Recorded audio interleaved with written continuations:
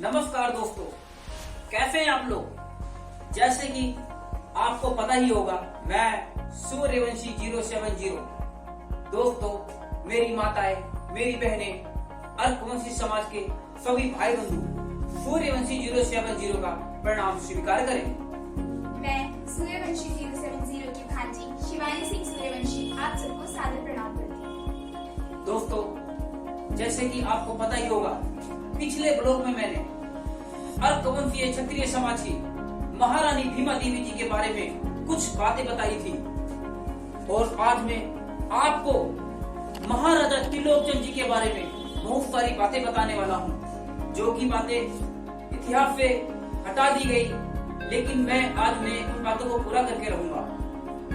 10वीं शताब्दी के प्रारंभ में अर्कवंश में त्रिलोकचंद नाम के महाप्रतापी राजा हुए। उन्होंने उत्तर कौशल देश के ब्रह्माइच, जिसे आज बहराइच के नाम से जाना जाता है, वो अपना राजधानी स्थापित किया। इनसे पहले अर्कवंशी राजा नंदीवर्धन के पुत्र बालर्क ने लगभग 650 ईसा पूर्व में बहराइच को अपना राज्य स्थापित किया।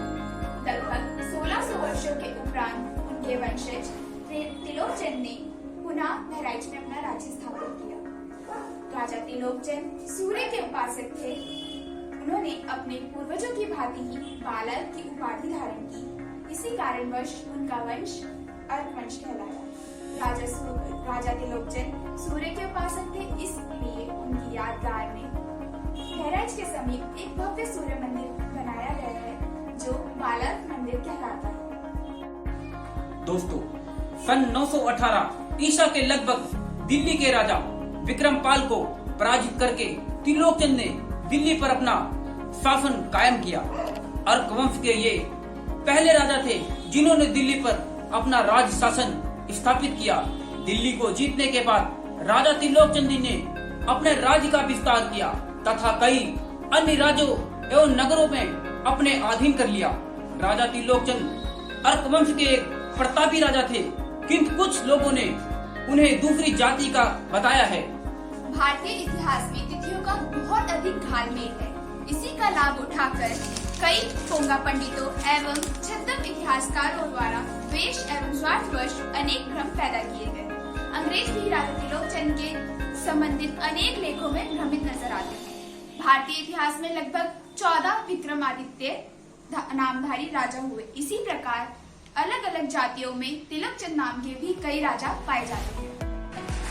राजा त्रिलोकचंद से संबंधित एक अन्य भ्रम भी है कि वे अर्कवंशी क्षत्रिय जात के आदि पुरुष थे, परंतु यह सच्चाई से परे है, क्योंकि राजा त्रिलोकचंद सन 918 ईसा से सैकड़ों वर्ष पूर्व ही अर्कवंशियों का उद्भव हो चुका था। दिल्ली पर अर्कवंश का शासन 10वीं शताब्दी के प्रारंभ में राजा त्रिलोकचंद के द्वारा स्थापित किया गया। राजा त्रिलोकचंद 918 ईसा से 972 ईसा तक लगभग 54 वर्षों तक दिल्ली पर शासन किया।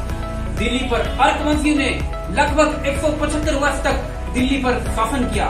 तो दोस्तों, ये सच्चाई थी जो मैंने आपको अपने ब्लॉग में बताई है। मेरे भाइयों, मेरी बहनें, मेरी माताओं, मेरे अर्कवंशी सभी समाज के सभी लोगों, आप लोगों से हाथ जोड़कर विनती है कि यह सच्चाई जितना भी हो सके, जितनी भी हो सके कोशिश करें सब तक पहुंचाएं। दोस्तों, इसी के साथ सूर्यवंशी 070 आपसे विदा लेता है। राम राम जी।